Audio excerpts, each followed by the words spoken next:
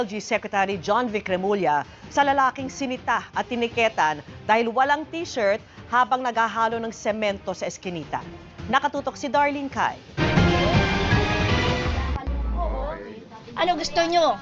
Mahimatay yung tao habang naghahalo? Sa sobrang init po, kailangan din po yun. Ang pag-alma na ito ni Aling Norieta Langkino matapos sitahin at pagmultahin ng kanyang asawang walang suot pang itaas habang naghahalo ng semento sa tapat ng kanilang bahay sa Mandaluyong, nakarating na kay DILG Secretary John Vic Remulla. Nagkamali po kami ron and I take full responsibility. I will make amends. Aminado si Remulla, hindi makatwiran ng nangyaring paninita sa asawa ni Aling Norieta na bahagi ng kanyang inilunsad na Safer Cities Initiative. Kaya naman, Ako na po ang hingi ng paumanhin. It was my fault that I did not give clearer instructions on how to do the Safer Cities Initiative. Nagkulang po ako ron. Ang gusto ko lang po, ang tanging hangarin ko ay patahimikin yung mga kalye. Ngunit, dahil sa kakulangan ng aking paliwanag, ay kahit sino na lang basta walang t-shirt ay siyang dinampot. Mali po yon. sariwa pa raw sa alaala ni Mang Johnny ang takot na naramdaman niya nang palibutan siya ng mga pulis noon. Inalta presyon nga raw siya sa kaba. Nagpakaawa na ako dun sa nagtikit sa akin kung pwede, pagbigyan lang muna. Kasi hindi ko man alam yan na ano pala dito bawal maghubad sa eskinita Yung mga pulis nakapaligid sa akin, doon ako na-trauma Sa dami nilang mga SWAT sa mga pulis na sa likuran ko.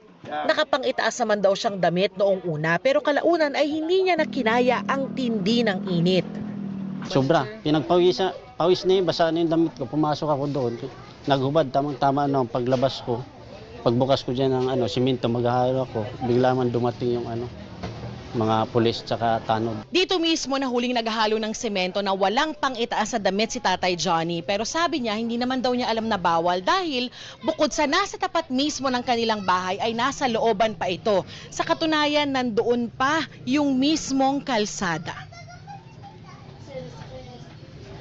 Ayon kay Remulla, magkakaroon sila ng command conference para linawin ang limitasyon ng pagpapatupad ng Safer Cities Plan na bukod sa pagsupil sa krimen ay layon ding ipatupad ang mga ordinansa. Pero tuloy daw ang pagpapatupad at pagpapalawak ng programa. Magkakaroon lang daw ng mas klarong guidelines tulad halimbawa ng pagbibigay konsiderasyon sa mga nagtatrabaho. Nagpasalamat ako kasi kahit papano napansin niya yung mga mali or yung hindi tamang pagpapatupad dun sa batas na walang pang itaas. So, hindi naman ako against dun sa mga batas na bawal uminom sa kalsada. Tama naman po yun. Pero, dapat po, inano po niya talaga kung hanggang saan lang po yung walang suot.